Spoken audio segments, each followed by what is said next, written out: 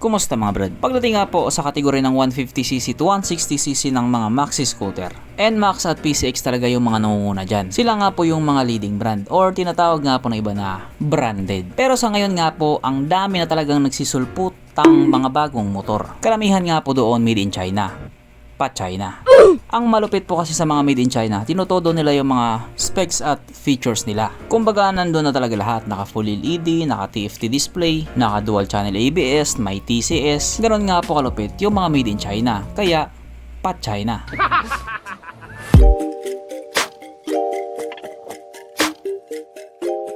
Pero syempre bago tayo magpatuloy, kung bago ka pa lamang napadpad dito sa aking walang kwentang channel, huwag ka na mag-subscribe. So yun na nga, dito nga po sa atin sa Pilipinas na mamayagpag na talaga yung mga motor na made in China. I mean mga produktong made in China, hindi lang pagdating sa motor. Halos nga po sa lahat ng bagay. Check mo yung itlog mo, baka may nakalagay dyan made in China. Pero hindi ko naman po sinasabi na kapag made in China, pangit na. Kasi may mga made in China po dyan na motor na mas gwapo pa doon sa tinatawag yung the Big Four. At isa nga po sa mga motor na nagtitrending ngayon na nasahanay nga din po ng mga 150cc na maxi scooter, wala iba kundi ang motor na ito, ang Morbidelli SC150 aka MVP SC150. Marami nga po ang nagtatalo-talo about sa brand ng motor na ito. Yung iba sinasabi made in Italy, yun ang iba naman sinasabi made in China. Yun nga po yung pinag-aawayan nila sa ngayon.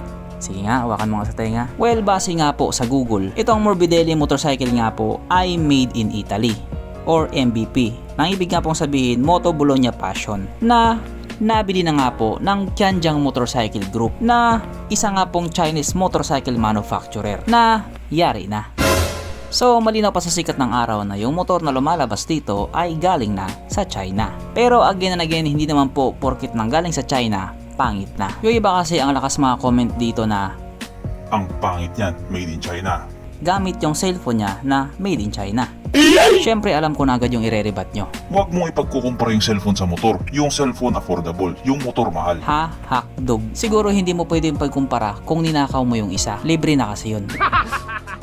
So dito nga po sa bagong motor na ito, may kakaiba talaga siyang itsura. Kasi tignan nyo naman yung itsura niya. Para siyang mata na Spider-Man na nakabatak ng isang buwan. Dilat na dilat talaga. Pero okay din naman kasi unique yung itsura niya. Walang, ewan ko lang ha, kung wala siyang pinagayahan. Or pwede din namang pinabudlat na Rossi RFI 175. Ano sa Tagalog yung pinabudlat? Parang pinalaki yung mata ba? At dito nga po sa motor na ito, hindi lang po ito basta isang ordinaryong motor. Malupit po yung mga features niya. Oo, bagong brand lang siya, pero gusto niya na agad magpakilala. Kaya kilalanin po natin siya. Dahil dyan, pag-usapan na lang po natin kung ano bang meron sa motor na ito at kung gaano nga ba talaga siya kaganda. So ito nga po ang Morbidelli SC150 or MVP SC150 na mayroong 149.6 cubic centimeter engine displacement, 4-stroke single cylinder, single overhead cam with 2 valves. Yes po, naka 2 valves na po siya, pero wag yun na muna siyang husgahan. Later na lang.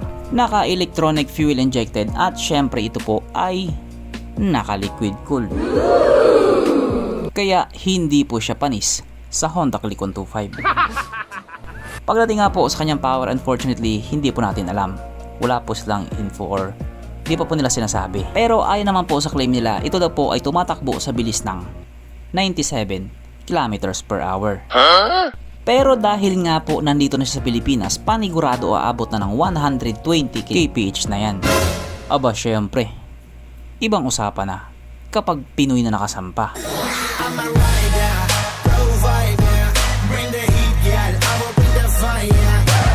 Ang kanyang tangke ay kaya magkarga ng 11.5 liters fuel tank capacity at wala po tayong idea pagdating sa kanyang fuel consumption. Ano ba nangyayari sa dila? Oh?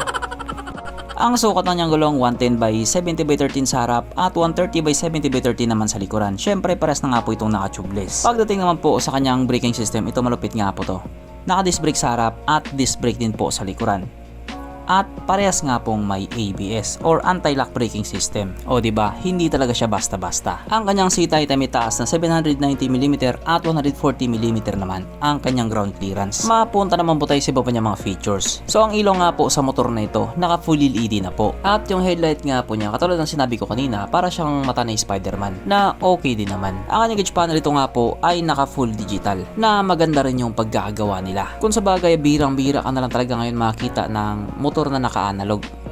halos talaga lahat naka-digital na. Lalong-lalo na nga po sa mga motor na made in China. At syempre ito po ay naka-keyless na din. Naka-smart key system na po siya. Kaya dito sa motor na ito, hindi mo na kailangan gumamit ng susi pa. Papindot pihit ka na lang. At hindi nga din po mawala sa motor na ito ang kanyang USB charging port. Na para kahit saan ka nga po magpunta, hindi ka na mangangamba na baka malobot pa yung cellphone mo kasi nga manonood ka pa ng Pornhub. At ang isa nga po sa pangmalakasang feature na nilagay na dito sa motor na ito, meron po siyang TCS or Traction Control System na just in case nga po dumaan ka sa isang kurbada at madulas na kalsada, kusa nga pong mag-a-adjust yung gulong mo sa likuran para hindi ka sumemplang. Pero wala na po itong kickstart, baka maghanap pa kayo. Pero dito, kahit walang kickstart to, alam kong walang magiging problema dito sapagkat nandito na nga po tayo sa exciting na part, ang kanyang mga suspension. So sarap ang bahagi nga po ito ay ginamitan ng telescopic fork at sa likuran naman ito po ay gumagamit ng dual shock absorber na ayon nga po sa mga taong nakagamit sa motor na ito, maganda ang bounce.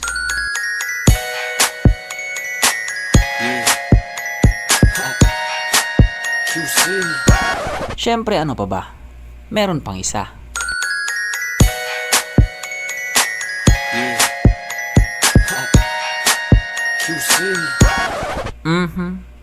Panigurado. Wala na namang nalungkot. At dahil wala nga pong nalungkot, alamin na po natin kung present nga ba sa motor na ito yung tatlong pinaka-importanting features. So, una na nga po dito ang kanyang lagayan ng stallion at good news mga brad. Meron siyang ganun. Meron siyang lagayan ng stallion. Kaso lang medyo maliit. Pag hindi ka siya lipat mo silupin. Kaso lang, wala po siyang sabitan ng pulutan. At oras na nga po para sa ating Red Horse check ang pinaka-importanting features sa isang motor. At ayon nga po sa aking masusing pag-aanalisa, ang motor na ito ay kayang magkarga ng isang kahong Red Horse, pero kasya pa isang kahon sa kanyang underseat compartment.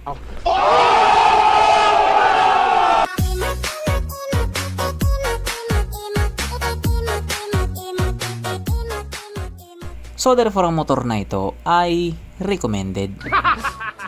Sa ngayon nga po, wala pa tayong idea pagdating sa presyo niya. Pero hindi rin naman siguro aabot sa punto na magiging magkapresyo sila doon sa mga leading brand. At yung magiging dealer nga po nitong motor na ito, walang iba kundi ang Mitsukoshi. At magiging available nga din daw po ito next year ng first quarter. Kaya kung sakaling trip mo itong motor na ito, sabihin mo na sa mama mo. So hanggang dito na lang muna mga brad. Kung may gusto kong sabihin or gustong idagdag doon sa mga sinabi ko, mag-comment ka na lamang sa baba. Okay, bye.